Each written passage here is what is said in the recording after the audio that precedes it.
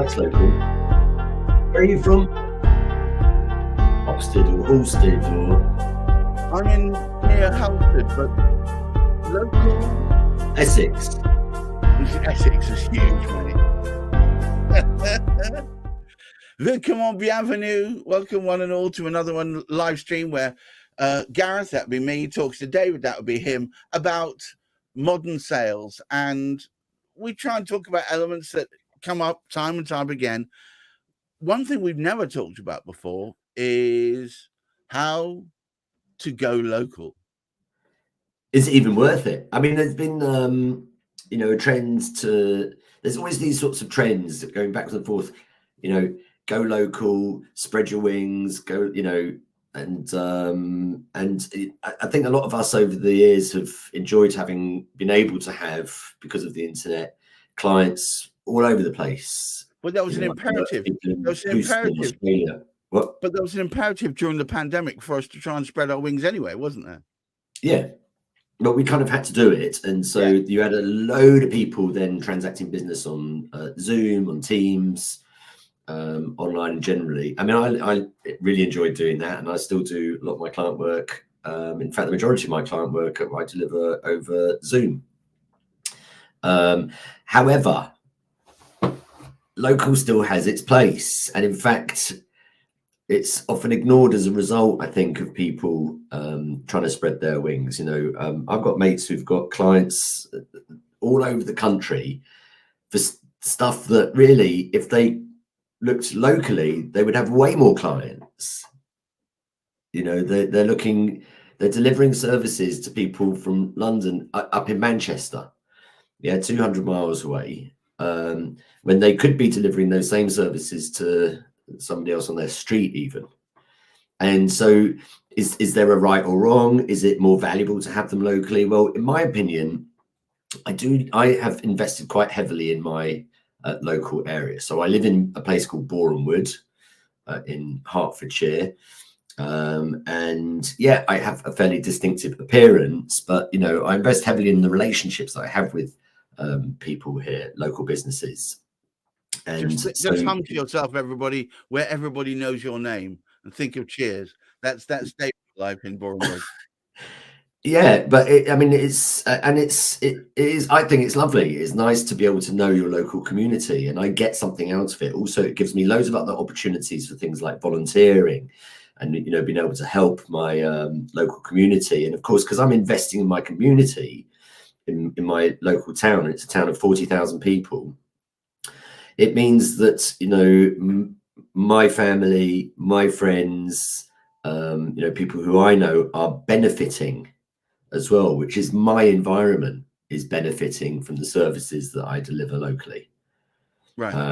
For example, my side hustle. I don't know if we've mentioned our side hustles on this show. Go for it. Go on, your side hustle. So my side hustle is DJing, MCing, and event planning for big fat private parties. And for our viewers, Gareth is also, he's got a side hustle and he's a musician too. So I perform in a band. In fact, we are planning to do a gig in my town together. Which is going to anybody that knows Boreham Wood, look up the Wellington Pub, and we'll do a gig there. We'll let everybody know. It has got a limited capacity, but fantastic local pub. But I do those gigs, and I'm doing them for my local crowd. And it's a big difference being able to do those gigs for your local crowd rather than in a crowd where nobody knows you. To be able to connect with people locally. Now, is that good for business? Well, I think it is. I think that people will pay a premium to use local services. Why? For a number of different reasons. One, I've already mentioned, which is that they're investing in their own environment. But also, and in the green room before we came online, we talked about the BNI. One of the BNI phrases: know, like, and trust. But I think that, where you are dealing locally, there are more opportunities to get to know, like, and trust people. Certainly. I think that know, like, and trust is a great maxim. But to me, there's an acre of space between the like and the trust. It's all very well to like someone superficially, but to find out how they work and how they deal with clients and how they deal with potentially you, that's what will then cement the trust side. Because there's no point in going through that whole process, no like and trust, if you're never going to recommend at the end of it. For sure. You'll be able to turn every potential client that you take on board eventually into your best marketing asset. Right. So now when you are local to somebody, because of the proximity, and I think really it's proximity rather than locality, because if you are only operating online, then you can have a proximity with people that aren't necessarily physically local, but are, proximal to your crowd, your community. I mean, I'm also in a group. I don't participate that heavily, but it's fellow Star Wars fans, so we have an affinity with each other, a proximity in those sorts of things. But when you're local, it means there are more opportunities to see each other and perhaps to be in each other's physical company. And when you're with people more, the chances are you are going to have more opportunities to get to know them better and to be able to assess some of those other things that you just mentioned, Gareth. Being able to see whether they are tried and tested, to be able to test their attitude, and to experience their services firsthand. And perhaps with the testimonials that they get, you might even know who has written those testimonials. You'll be more proximal to them as well. So in my opinion, it's a very healthy thing to get to do your work locally and to have a fan base or a client base that is local to you.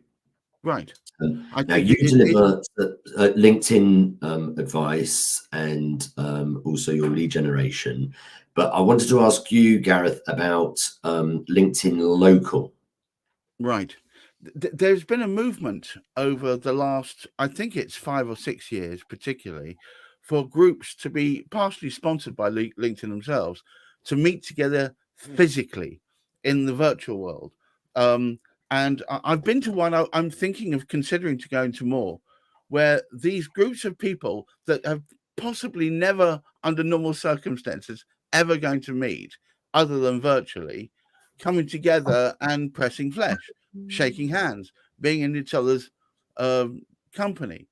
And I'm thinking that actually for local community cohesion, for making them feel like that they are supporting each other in a world where your high streets are dying, in a world where people are reluctant to leave their homes to buy most things, they can buy them all online. I think this is a positive thing to maintain social local cohesion. And how does that work? So people that are obviously local to each other, physically local, and they're connected on LinkedIn, but they're being encouraged to meet up in person. Yes, it could be in a pub, it could be in a center or whatever it is. But it's the very mechanism of saying you're in each other's virtual orbit and you're within, say, 50 miles of each other. Let's make an effort to try and see another dimension to you. For sure. Best world in the world, this is a 2-dimensional celebrity square that we're all talking to each other in. You can only get to know a person so much. And as much as all my business is defined by virtuality in that sense, I think there is a way of, making businesses and people feel more securely looked after when you get to meet them in person. Now, I don't mean I definitely agree with that. You and I suddenly go out and meet all our clients. That would probably be impossible anyway. But what I am saying is, if there are potential for business or other relationships locally, fostering them can only be a good thing. It's yesterday, 2 very interesting things happened. The most interesting of which I think was I was having a coffee meeting with a very old friend of mine who I've also done some work for as well. And I'll give him a shout out, Jamie Claret, who runs the amazing IT support company, but also in recent years has been getting much more involved with automation and AI. And we were just sitting there minding our own business, having our chin wag. and somebody on a neighbouring table came over because they recognised him, and turns out that he was a client, or is a client of Jamie's, but I don't think that they had met up until that point in person. From the looks of it, it was very, very cute. A very appreciative client there, being able to meet his supplier after probably quite a while. The other thing that happened yesterday, partly in anticipation of this live show, I went on LinkedIn and I looked for some other business owners who said that they were based in Bournemouth and Elstree, which is where I live and where I work. And so, I connected with a few more people. A couple of them asked for one-to-one meetings, and we were able to check out each other's websites and services and have a little bit of a chat. So, you can do these searches and find people locally, and you already have an affinity with them just by virtue of you living nearby. So these are people within my own town, so pretty much within walking distance of all of them. If I might jump in, the LinkedIn, as a lot of people now realize, are trying to stand on our combined necks of anyone using the free track. They are trying to force our hand towards LinkedIn Navigator, particularly core LinkedIn Navigator. And you should note that if you are going to go that route, that you can search for locality within that and literally finesse it down to a postcode. So you can say, I want specific types of businesses that have been in business for this period of time, that deal with these kind of products, services, or ideals even, have mentioned this within their content, and you can literally pull it down to that. And and you could then approach them and say, we are local, and use that as a hook to gain connection.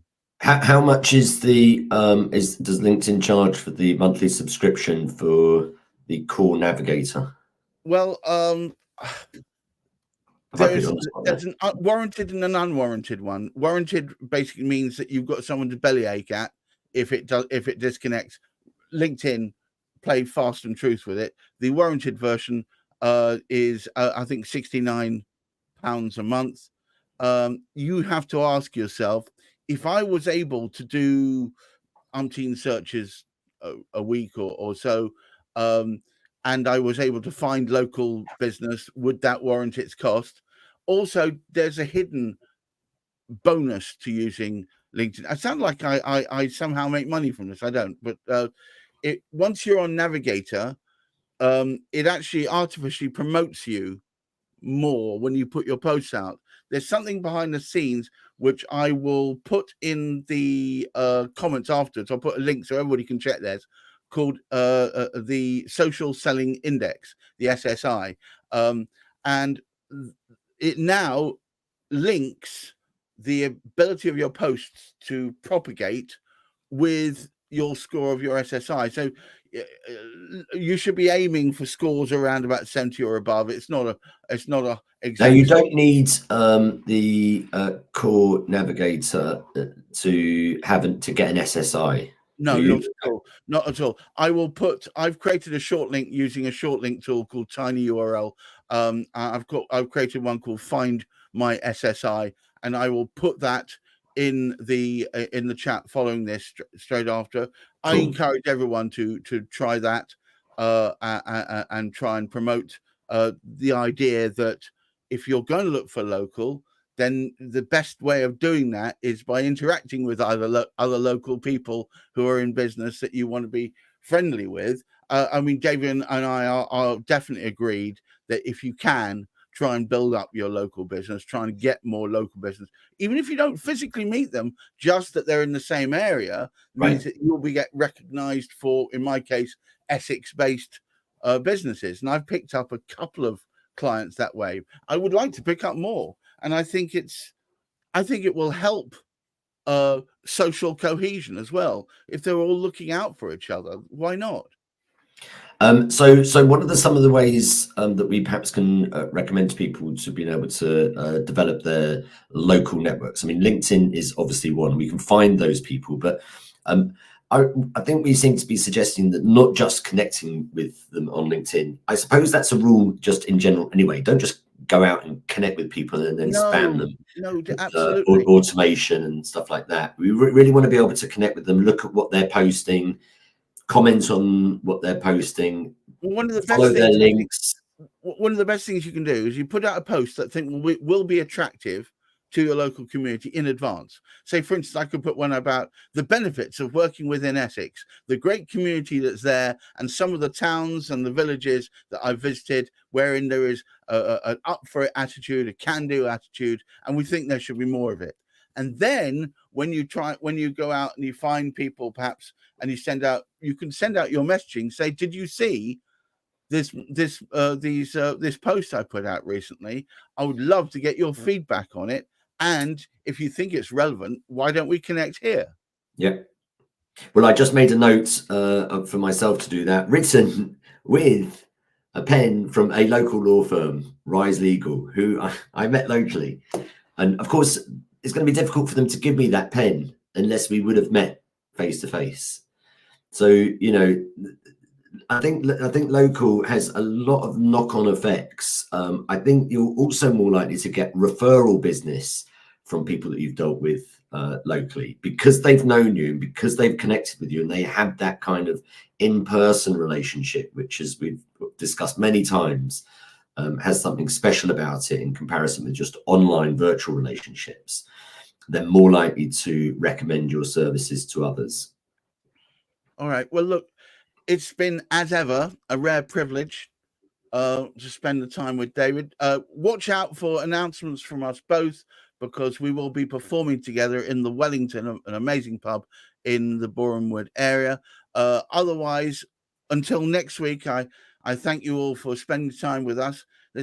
I've seen a flutter of people coming in and out of this. It'd be lovely if you guys would send us messages, ideally encouraging, but I don't care if they're not.